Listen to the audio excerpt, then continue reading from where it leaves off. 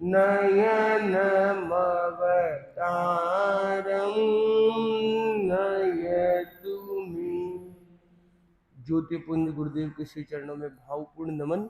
ऊर्जा उत्साह और उमंग के साथ उपस्थित सभी धर्म श्रोता, आचार्य श्री महाप्रज्ञ जी ने आध्यात्मिक चिकित्सा पर बहुत बल दिया कि जब शरीर में ऐसी उपद्रव या ऐसी विघ्न आदि की स्थिति बन जाती है तो उसके समाधान के लिए जहाँ एक ओर औषधीय उपचार, अलग अलग तरह की चिकित्सा पद्धति, एलोपैथी, होम्योपैथी, आयुर्वेदिक, नेचुरोपैथी का भी प्रयोग व्यक्ति करता है या घरेलू नुस्खों के माध्यम से, वहीं पथ्य परहेज आदि से भी कुछ चीज़ों को ठीक किया जाता है। ये अपनी जगह बड़े महत्वपूर्ण हो सकते हैं। तो साथ साथ में कुछ ऐसी बीमारियां होती जो इन उपचारों से भी ठीक नहीं हो पाती है, क्योंकि ये बीमारी के जो कारण है वो बहुत डीप होते हैं, आंतरिक होते हैं, और इसके लिए, उसके समाधान के लिए आध्यात्मिक चिकित्सा यानी अंतर में जो बीमारी है उसको ठीक करने की बात भी की जाती है। तो आचार्य महाप्रज्ञ जी ने आध्यात्मिक चिकित्सा पर भी बल दिया और अपने संसार पक्षी माता जी जो थे, क्या नाम था महाप्रज्ञ जी के माता जी का?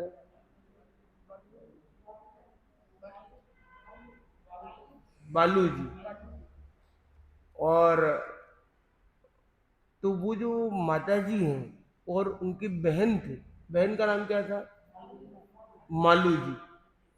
तो वो दोनों ही धर्म संघ में दीक्षित साध्वी श्री जी थे। और संभवतः जहाँ तक मैं यदि गलत नहीं हूँ, उनके माता जी को जब शारीरिक अस्वास्थ्य की स्थिति बनी तो उनके लिए उन्होंने सोचा कि अब क्या किया जाए। तो माँ के प्रति एक उनका ऋण भी है, एक जिम्मेदारी भी है, और एक तरफ गुरु है, आचार्य है, धर्म संघ के नेतृत्व उनका है। तो उन्होंने उनके लिए एक गीतिका का निर्माण किया, जो उन्होंने एक संप्रेषण किया ऊर्जा का, भावना का, और उसके बाद बताते हैं कि उनका स्वास्थ्य काफी ठीक भी हुआ या ठीक रहा। तो हम उस गीतिका को हम भी आज संगान करेंगे, कर सकेंगे। चैत्य पुरुष जग जाए, चैत्य पुरुष जग जाए, दीव तुम्हारा पुण्य नाम मेरे मन जाए। चैत्य पुरुष जग जाए, चैत्य पुरुष जग जाए।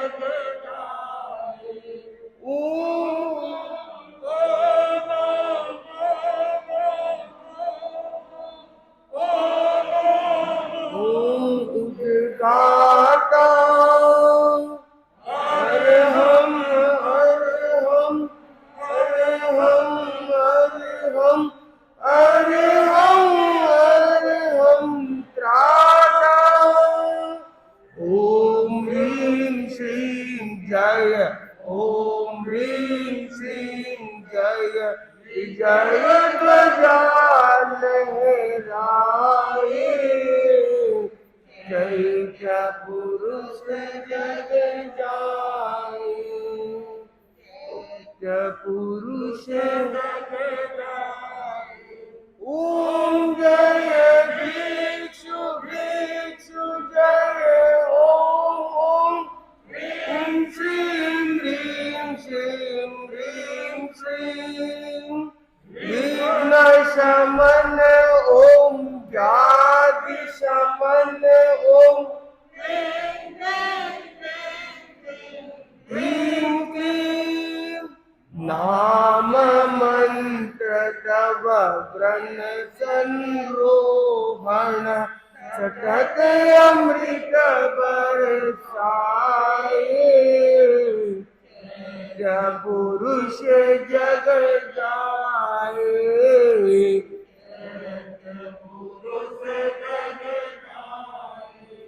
मिले विषमता तन की मन की, अनुभव की चिंतन की, पल पग पग मिले सफलता, तन की नाव मंत्र तव भय हर विष हर, अन्य सिंधु गहराए, दैत्य पुरुष जग जाए, चैत्य आत्मा भिन्न शरीर भिन्न है, तुमने मंत्र पढ़ाया, आत्मा अचल अरुज शिव शाश्वत,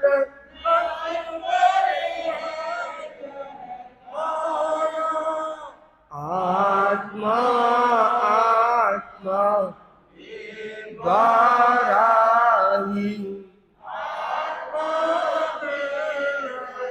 पाए, चैत्य पुरुष जग जाए, चैत्य तुम निरूपद्रव हम निरूपद्रव, हम सब है आत्मा, तब जागृत आत्मा से हम सब जाए परमात्मा। ओम राम रह अंतर मल धुल जाए, पुरुष जग जाए, चैत्य दीव तुम्हारा पुण्य नाम में रे मन में रम जाए, पुरुष जग जाए, चैत्य पुरुष जग जाए। चैत्य पुरुष जग जाए, ये चैत्य पुरुष कौन है? चैत्य का मतलब है चैतन्य, भीतर की जो चेतना की रश्मियां, भीतर का जो हमारा पावर हाउस है, वो जब जाग जाए, यह पुरुष मतलब हमारा जो पौरुष है, हमारी जो शक्ति है, जो हमारी आंतरिक आध्यात्मिक अनंत शक्ति, अनंत क्षमता मेरे भीतर, वो जब प्रकट हो जाती है, वो जागृत हो जाती है, तो वह बड़े से बड़े कर्म को समाप्त कर सकती है, वो विघ्नों को शमन कर सकती है, वह शांत कर सकती सारे उपद्रव। तो शारीरिक रूप में हो, मानसिक रूप में हो, और किसी किसी को दैविक उपद्रव भी हो जाता है, कोई दिव्य प्रकोप भी होता है, किसी पर कोई काला जादू है, कोई बाहर के किसी मंत्र वशीकरण आदि के प्रयोग किए गए, ऐसा उसे लगता है। तो ये अलग अलग अलग लेवल पर एनर्जी के प्रयोग हैं। कोई बाहर की शक्ति करती है तो उसका सामना करने वाला कौन? तो वो हमारी आंतरिक क्षमताओं को यदि हमने बढ़ा दिया। आज विज्ञान में जाए, विज्ञान आत्मा के लेवल पर उतना अभी तक नहीं पहुंचा, परंतु यहां तक तो मान्य किया गया कि कोई भी बीमारी आती है, आप किसी व्यक्ति को बुखार हुई तो वो क्या करता है, एक पैरासिटामोल, डोलो आदि कोई दवाई लेता है कि बुखार का शमन हो जाए। तो ये कभी किसी डॉक्टर से पूछिए, क्या ये दवाई से बुखार ठीक होती है? क्या ये दवाई से बीमारी ठीक होती है? दो अलग चीज है, बुखार अलग है, बीमारी अलग है। बुखार क्या है? ये इंडिकेटर है। एक गाड़ी आगे आगे जा रही है, लेफ्ट साइड की बत्ती इंडिकेटर चालू है, वो बोले ये डिस्टर्ब कर रहा है बीच बीच में आवाज। अरे ये डिस्टर्ब नहीं कर रहा है, ये बता रहा है कि गाड़ी अब यहां से इधर मुड़ने वाली, आगे वाली गाड़ी, तो कोई एक्सीडेंट ना हो जाए, ये जानकारी प्रदान करती है। तो बुखार कोई बीमारी नहीं है, बल्कि बीमारी का सूचना तंत्र है, वो हमें सूचित करता है कि बीमारी है। तो बीमारी का समाधान क्या? किसी को एलर्जी है, किसी को इन्फेक्शन कारण बुखार है, किसी को किसी कारण से है, तो उसमें बताया गया कि जो सारी दवाइयां बाहर से भी ली जाती है, जो भी इलाज किए जाते हैं, वो सारे ट्रीटमेंट किसका करते हैं जनरली? वो सिम्टम का ट्रीटमेंट जनरली करते हैं। सिम्टम मतलब जो बाहर दिख रहा है उसको वो ठीक कर देते, थोड़ा सा अंदर से जड़ मूल से ठीक करने का बोले वो कौन करेगा? बोले बाहर वाले को हम थोड़ा कंट्रोल कर देते हैं, अंदर वाले से लड़ाई तो आपके शरीर में जो रक्त कण, श्वेत रक्त कण है, वाइट ब्लड सेल है, वो आपकी आंतरिक सेना है। मूल बीमारी से लड़ाई तो वो करेगा। हम और नए सोल्जर नहीं आ जाए तो बॉर्डर पर सिक्योरिटी लगा दी, जो घुसपैठिए घुस गए उनको आपके अंदर की सेना लड़ाई करेगी। तो एक होती है होम मिनिस्ट्री, एक होती है डिफेंस मिनिस्ट्री। डिफेंस मिनिस्ट्री क्या करती है कि बाहर से घुसपैठिए ना, अंदर घुस गए हैं, अंदर में जो चल रहा है होम अफेयर है, उसका काम किसका है? वो होम मिनिस्ट्री का है। तो होम मिनिस्ट्री क्या है? WBC है हमारी। और डिफेंस मिनिस्ट्री क्या है? बाहर की दवाई, उपचार, फर्स्ट एड ट्रीटमेंट। कोई घाव हुआ, आपने एक पट्टी लगाई, एक किसी डेटॉल सेवलॉन से क्लीन किया, सोफ्रोमाइसिन, बेटाडीन आदि से कुछ पट्टी लगाई, क्या आपको लगता है ये पट्टी से वो ठीक होगा? ये पट्टी से क्या होगा कि बाहर से आने वाले कीटाणुओं को हमने एक तरह से रोक दिया है। पर जो एक आपने देखा वो एक लेयर आ जाती है अपने आप, एक काली सी लेयर, एक चमड़ी जैसी कुछ एक लेयर आती है, एक परत आ जाती है। वो परत, क्या उस दवाई ने वो परत को दिया? नहीं। हमारे शरीर के रक्त कण में एक प्रॉपर्टी है प्लेटलेट्स। तो प्लेटलेट क्या करते हैं? वो स्टार टाइप के डिस्क होते हैं रक्त के अंदर ही, और वो एक परत बना देते हैं, एक क्लॉट लगा देते हैं कि भी खून बहना बंद हो जाए। बाहर से आने वाले को रोकने के लिए एक लेयर बना देते हैं। अब लेयर लगने के बाद आपको बेटाडीन की भी जरूरत नहीं है, अब वो सोफ्रोमाइसिन की भी जरूरत मूल में नहीं है। शरीर ने अपना एक रक्षा कवच अब लगा दिया। ये किसने किया? शरीर ने स्वतः किया, किसी डॉक्टर के कहने पर नहीं हुआ, किसी दवाई से नहीं हुआ, पर दवाई ने बाहर वालों को रोका, अंदर वाले लेयर ने उसको लेयरिंग किया है। और उसके अंदर जो WBC है उसने क्या कर दिया? पस बनने से रोका और अंदर ही अंदर कीटाणुओं का खात्मा किया। कोई कोई नहीं कर पाता है, अगर बाहर की सेना अटैक करती रहे, अंदर वाले हार मान ले, तो क्या होता है? वहीं पे पस हो जाता है, इन्फेक्शन हो जाता है और प्रॉब्लम्स भी होती है। तो जैसे शारीरिक लेवल पर हमने देखा कि दवाइयां जो है वो बहुत बाहरी लेवल पर, सतही लेवल पर काम करती हैं, हम ठीक तो स्वतः ही होते हैं। इलाज जिसको हम बोल रहे हैं वो इलाज तो सतही है और ठीक होना स्वतः ही है। तो जैसे शरीर के लेवल पर हम स्वतः ठीक होते हैं, वैसे ही जो ये इंटरनल आर्मी है ये अपने लेवल पर करती है, पर उसके भी पीछे जो है वो है हमारे भाव, हमारे इमोशन।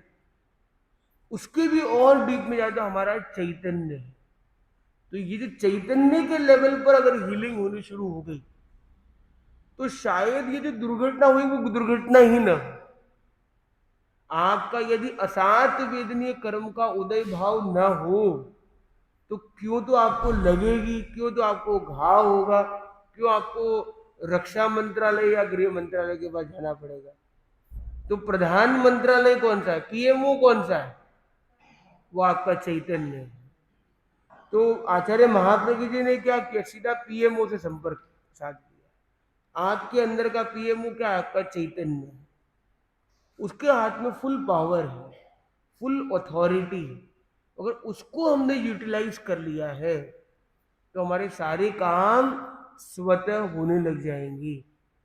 तो हम इस चैत्य पुरुष की ढाल, जब भी ऐसी शारीरिक वेदना की स्थिति या मानसिक आदि व्याधि या असमाधि की स्थिति बने, तो हम अपने प्रभु को याद करें, अपने अंतर स्थित अंतरात्मा की शक्ति को आंदोलित करें, उसका आगाज करें, और यदि उसको पूर्ण तन्मयता के साथ, श्रद्धा के साथ, भावना के साथ, गहराई के साथ किया जाए तो ये अपने आप में एक बहुत बड़ा प्रयोग बन सकता है। एक मंत्र कोई व्यक्ति किसी से पढ़ के, कोई किताब से पढ़ के, किसी व्यक्ति से सुन के लेता है, और एक होता है जो किसी विशेष प्रयोजन से, किसी महान साधक ने उसे निर्मित किया और वो कोई विशेष प्रयोजन से किया गया, तो वो मंत्र अपने आप में सिद्ध, गुरु प्रदत्त और बहुत उपयोगी बन जाता है।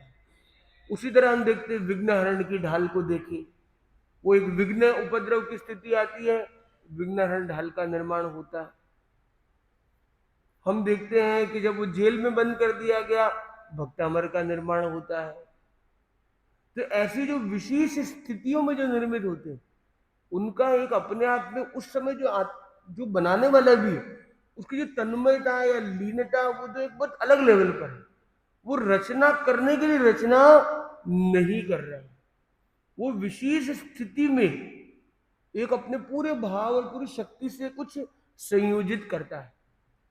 तो एक होता है कि भाई प्रवचन देने के लिए प्रवचन देता है, कोई बात बताता है, और एक व्यक्ति कोई बहुत ज्यादा आंदोलित हो गया और वो एक बात बताना चाहता है कि आज ऐसा हुआ है भाई, मैं बताना चाहता हूं आपको, आज मैंने ये सपना देखा, आज मेरे साथ ऐसा हुआ। आप बताइए किसके अंदर तीव्रता अधिक होगी? तो बताया किसके अंदर गहराई अधिक हो सकती है? वो दिल से, भाव से, अंदर से निकल रही है बात, सोच सोच के नहीं कही जा रही है। प्रवचन भी दोनों तरह के हो सकते हैं, एक अंदर भाव से एकदम प्रकट हो रहा है ज्ञान, और एक है कि वो बुद्धि सोच समझ के आज ये कहानी बोलनी, ये गीत बोलना है, ये करना है, आज ये बताना है, ये बताना है। वो भी अपनी जगह महत्वपूर्ण है, गलत कुछ नहीं है। परंतु जब वो अंदर से आंदोलित होकर वो निकलता है तो वो बहुत गहराई लेकर आता है।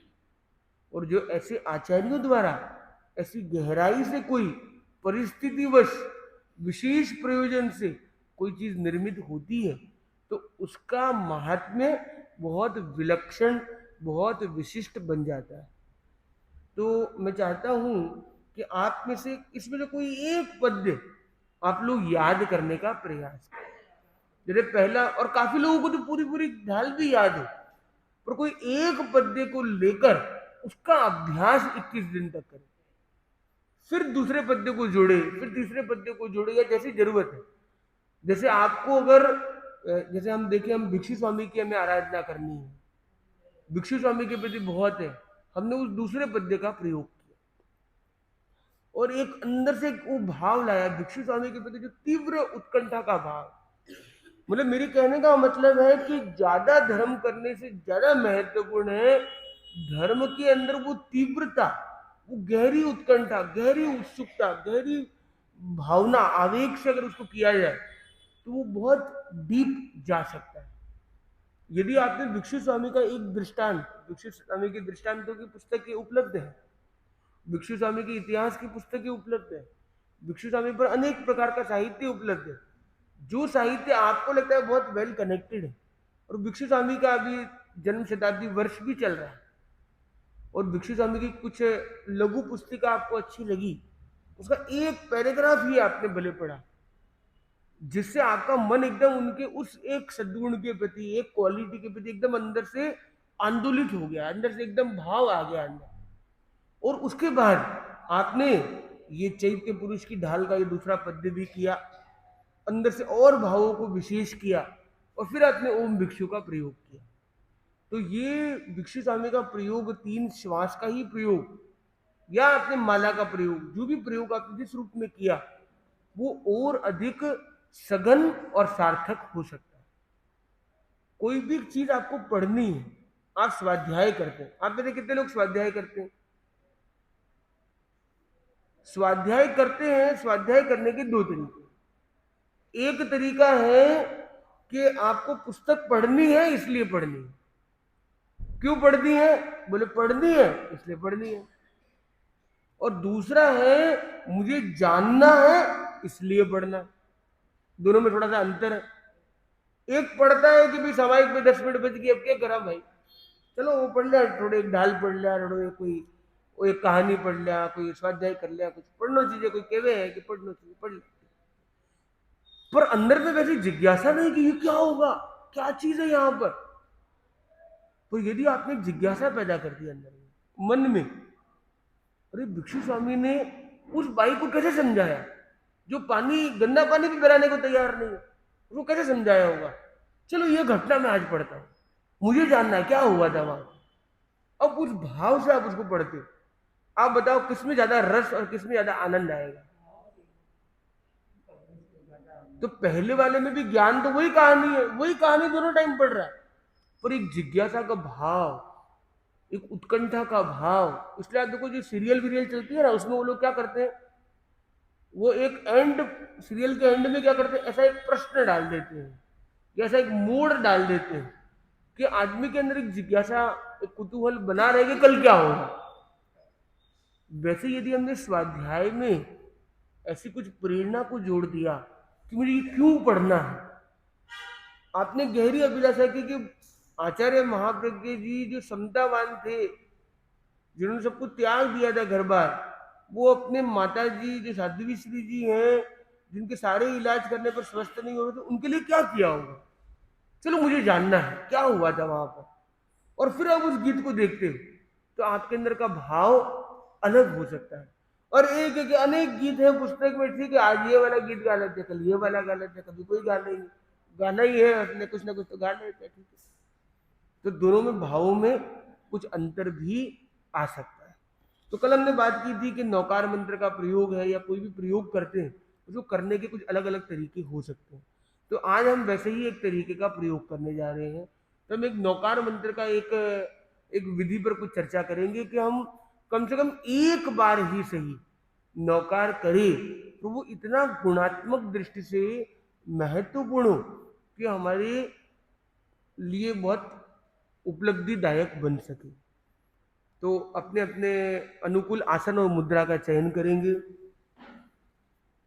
सबसे पहले हम देखते हैं अपनी उंगली के पोर, एक उंगली में कितने पोर है, 1 2 3, 4 उंगली मिला के कितने हो गए, 12, और ये दोनों हाथ मिला के 24, अंगूठे को हमने छोड़ दिया, तो हमारे तीर्थंकर कितने हैं, 24।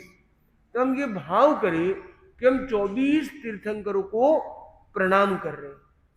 जो अरहंत भगवान ऐसे सिमंदर स्वामी है वर्तमान में प्रत्यक्ष रूप में, पर जिस शासन काल में, भगवान महावीर के शासन काल में, जिस भरत क्षेत्र में हम लोग यहाँ पे प्रवासित हैं, यहाँ पर जो 24 हुई, उसको ही हम अगर स्तुति को हम जोड़ते हैं यहाँ पर, तो हम ये भाव करें नमो अरहंताणम, और हाथों को इस तरह से हम घुमाते हैं। तो एक क्रम हमारा बन गया अंदर। यदि हम यहाँ से शुरू करते हैं और ये एक ओम के आकार में हमने इसको एक सर्कुलर स्पाइरल वे में इसको लेते जाते हैं, पहले बाहर बाहर से फिर अंदर जाते हैं, और इस तरह से हमने एक फील किया और भाव से क्या बोला, नमो अरहंताणम। अरहंत से हमें क्या मिलता है, अरहंत शब्द का अर्थ क्या है, जिसमें वो अर्हता है, विशेष योग्यता, जो विशेष पूजनीय है। अर्ह धातु के संस्कृत में 2 अर्थ, योग्यता और पूजा। तो हमने ये भाव किया कि नमो अरहंताणम, अर्हतों को मेरा नमन, और मेरे भीतर अर्हता का विकास हो। मैं एक मंगल भाव करूं अपने प्रति कि अरहंत भगवान के मैं स्पर्शन कर रहा हूं, दर्शन कर रहा हूं, उनसे मैं क्या ले रहा हूं, और वो फीलिंग 24 तीर्थंकरों की स्तुति का, तो हमने हाथों को इस तरह से घुमाया कि हम 24 के 24 तीर्थंकर को प्रणाम कर। फिर हम आए नमो सिद्धाणम। नमो सिद्धाणम के लिए हमने क्या देखा, वो कहां पे है, सिद्ध शिला। तो आपके हाथ में रेखाएं सबकी अलग अलग है कि एक जैसी है, अलग अलग हो सकती है काफी हद तक, पर एक रेखा ये दोनों हाथ मिलने पर बनती है, वो आपके अंदर प्राय कॉमन। वो कौन सी रेखा है, जो मध्य रेखा है, एक तरह से वो एक अर्धचंद्र की तरह एक रेखा बन जाती है, और वो सभी के हाथ में प्राय आपको देखने को मिलेगी। तो हमने क्या किया कि दूसरे नंबर पर हाथ को ऐसे रखा और भाव किया नमो सिद्धाणम, थोड़ा सा ऐसे ऊपर की तरफ 45 डिग्री पर ऐसे रखा कि हमें दिख भी रहा है अंदर क्लियर, और हमने भाव किया नमो सिद्धाणम, भाव के सिद्ध शिला पर जो स्थित सिद्ध भगवान है उनको मैं नमन कर रहा हूं। फिर हमने बोला सिद्धों को मेरा नमन, सिद्धों को मैंने नमन किया। नमन करे या नमस्कार वर्ड, कोई एक वर्ड हम चयन कर ले, तो अरहंतों को मेरा नमस्कार, सिद्धों को मेरा नमस्कार, और मेरे सर्व कार्य सिद्ध हो। हमने अपने प्रति भावना की कि जो भी मेरे कार्य है, जो भी मेरे लक्ष्य है, जो भी मेरे उद्देश्य है, मेरे वो सर्व कार्य सिद्ध हो। फिर हम गए आचार्य के पास, तो नमो आयर्याणम, तो जब हम आचार्य प्रवर को देखते हैं हमारे हाथ जुड़ जाते हैं, तो नमो आयर्याणम, तो हम आचार्यों को मेरा नमस्कार। आचार्य प्रवर जो अभी भरत क्षेत्र में हमारे धर्म संघ के गुरु के रूप में विराजमान है, उनको नमन है। और पूरे इस लोक में जहां कहीं भी शुद्ध साधु का वर्तन है, शुद्ध आचार्य के रूप में कोई प्रवर्तित है, उनको भी मेरा नमस्कार।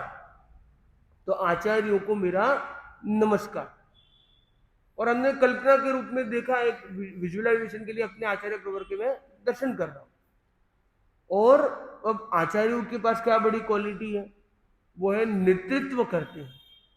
कितने प्रकार के, कितने जाति के, कितने वर्ग के, कितने समुदायों के, कितने अलग अलग सरनेम गोत्र वाले साधु साध्वी श्रावक श्राविका होते हैं, सबको सबको लीड करते हैं अध्यात्म पथ पर। और आप भी घर में आपकी कुछ जिम्मेदारियां होती है, वो पार्ट जो घर का आपको जो भी जिम्मेदारी है, घर की जिम्मेदारी आप लेते हैं, वहां पर भी व्यापार की जिम्मेदारी है, जो आपका कार्य क्षेत्र है उसमें आपको भी नेतृत्व करने का कौशल। तो मेरा नेतृत्व कौशल बढ़ रहा है, तो हमने मेरे नेतृत्व कौशल का विकास हो, तो मेरी अर्हता का विकास हो, मेरे सर्व कार्य सिद्ध हो, मेरे नेतृत्व कौशल का विकास। पर एक व्यक्ति के अंदर अर्हता भी विकसित हो जाए, उस व्यक्ति के अंदर विशेष कौशल विकसित हो, उसके कार्य भी सिद्ध होने लग जाए, उसके अंदर नेतृत्व भी हो, पर फिर भी एक चीज को और चाहिए। वो क्या है? वह है अपडेट होते रहना। जो अपडेट नहीं होता है वो आउटडेट हो जाता है।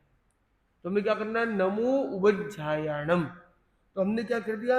उपाध्याय क्या? वो ज्ञान के प्रतीक, ज्ञान पुरुष के रूप में। तो हमने हाथ को ऐसे रखा, नमो उपाध्यायाणम, उपाध्यायों को मेरा नमस्कार, और मेरे ज्ञान का विकास हो।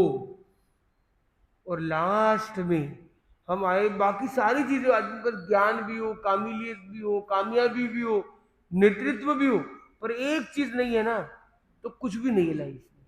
वो क्या है? वो क्या है? मन की शांति।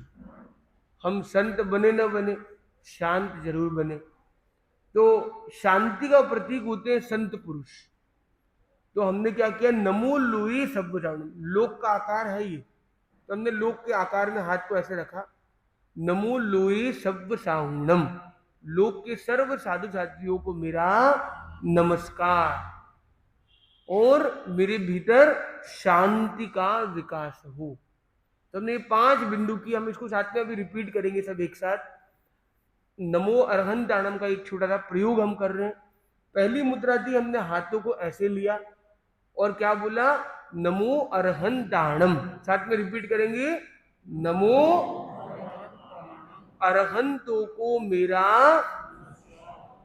मेरी अर्हता का, करेंगे मेरी, फिर नमो सिद्धाणम, सिद्धों को मेरा नमस्कार, मेरे सर्व कार्य सिद्ध हो।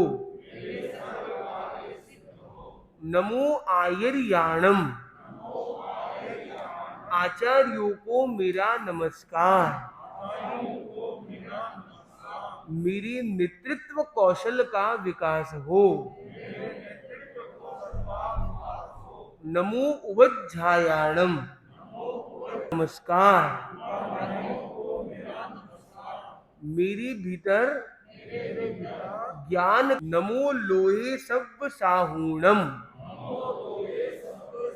लोक के सभी साधु साथियों को मेरा नमस्कार। मेरे भीतर शांति का विकास हो।